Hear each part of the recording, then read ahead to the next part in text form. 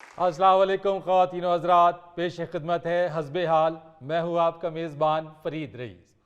नाज़रीन, माह मुबारक की रौनक और बरकतों का सिलसिला जारी व सारी है।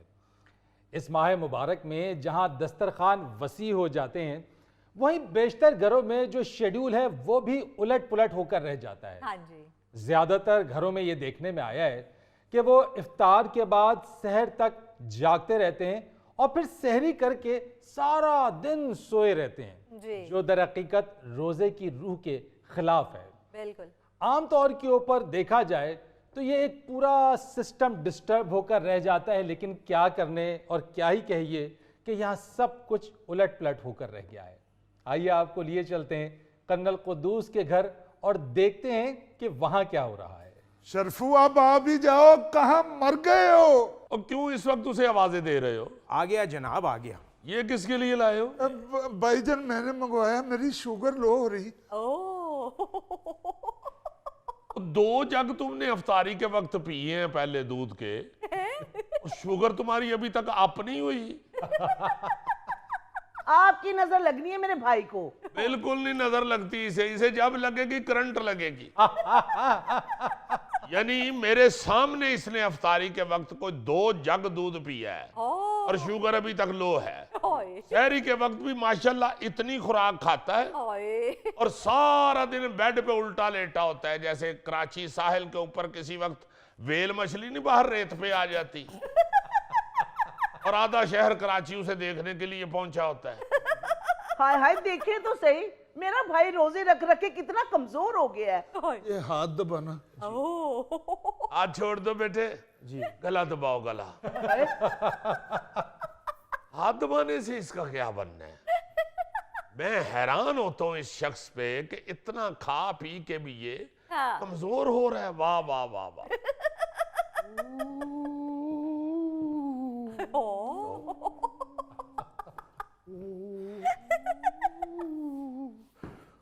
साहब जी खैर है, आज तो आप छप्पड़ सिंह बने हुए हैं। मेरा मतलब है कि गब्बर सिंह बने हुए हैं। मेरी कमजोरी है, मैं लेट पहुंचा हूं। तुम तो अफ्तारी से पहले के आए हुए हो। बाहर लेट पहुंचा हूं, अफ्तारी की बात नहीं कर रहा मैं, एडवेंचर। कुद्दूस, मुझे शक पड़ा, यानी कि डाउट हुआ मुझे इस चीज का कि आपके घर के पीछे चीता है। चीता? हाँ हाँ हाँ, मेरी कमजोरी एडवेंचर। मैंने फौरन एक्शन लिया और ऐसे गया हूं लपक के आपके घर के पीछे। अच्छा, वो आपके हमसाया नहीं है पीछे, वो जिनका घर बन रहा है, हाँ हाँ, वहां खोता ईंटें उतार रहा था। हाय अल्लाह। यानी जैसा शिकारी वैसा शिकार। शुक्र करो उनका खोता नहीं मार दिया मैंने, वरना मैं निशाना ले चुका था और पैसे आपको भरने पड़ने थे। चलो दुर्रानी साहब, आपको गधे और चीते में कोई फर्क नजर नहीं आता? क्या फर्क है?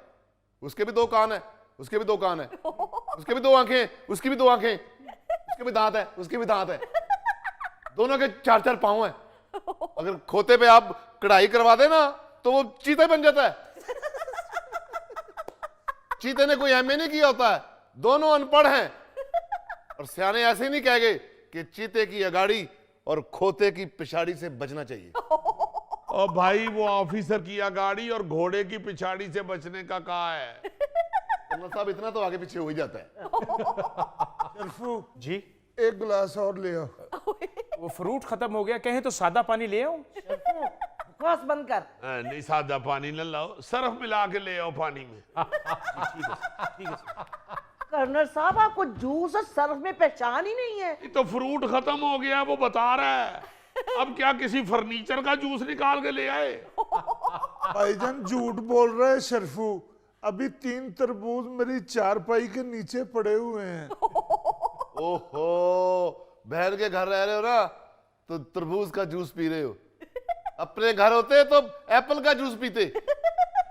मम्मा, मैंने बात किया है, इरफान नहीं आ रहे सहरी के लिए। हाँ क्यों बेटा, वो तो कह के गया था कि मैं सहरी यहीं करूंगा। मम्मा, आपकी बहू ने बाजारी समोसे और पकोड़े मंगवा के उसके आगे रख दिए थे, इस वजह से उसकी तबीयत खराब हो गई है, इसलिए वो कह रहे मैं नहीं आऊंगा। कर्नल साहब, अपनी लाडली बहू के करतूत सुन रहे हैं? वो करतूत क्या, उसने उल्टी कलाबादी मार दी है।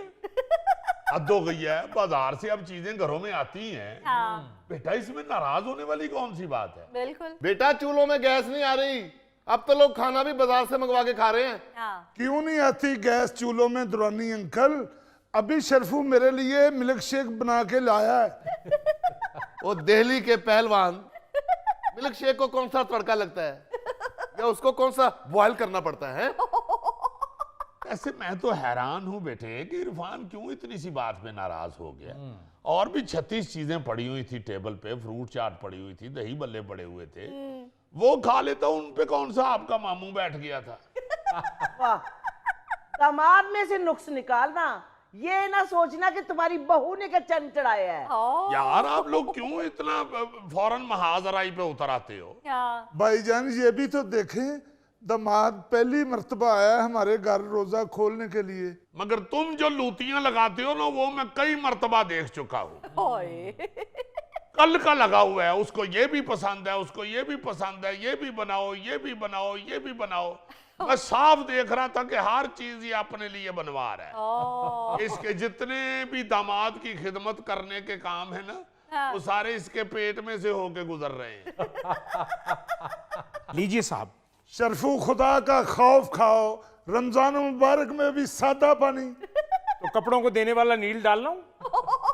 वो तो पी लो सादा पानी, तुम भी सादे ही हो। तुम कौन से तेरे बिन ड्रामे के हीरो हो? शर्फू मैंने तुम्हें कहा था कि मेरी चारपाई के नीचे 3 तरबूज पड़े हुए हैं।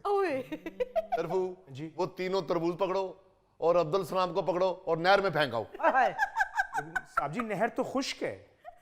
तो फिर तरबूज रहने दो, खाली अब्दुल सलाम को फेंकाओ।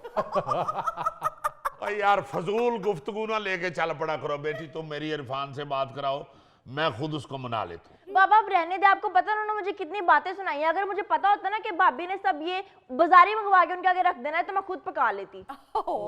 बेटी इरफान को फोन करके बताओ ना कि सहरी में हरीसा, भिंडी गोश्त और नरगिसी कोफ्ते बने हुए हैं।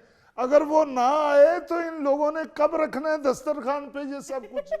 वाह, उसे दामाद की नहीं, उसे अपने मैदे की पड़ी हुई है। बुलाओ बेटा उसे फोन करके। बाबा अब रहने दें, वो कह रहे मैंने नहीं आना, उनकी बाजारी समोसे खा के तबीयत खराब हो गई है। बच्चे आजकल नाजुक हो गए हैं, एक समोसा खा के तबीयत खराब हो गई। बहन जी आप यकीन करें, नहीं आप नहीं करेंगे तो दोस्त तुम यकीन करना, बाले की रेडी पे खड़े होके 8-8 समोसे खा जाता था।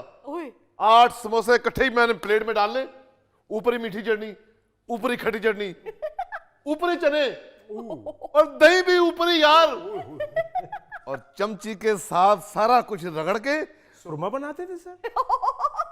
और तुम्हें क्या पता है 2 कोने वाला समोसा खाने वाले, तुम्हें क्या पता 8 समोसों के ऊपर चने डाले हो और ऊपर ही चटनी।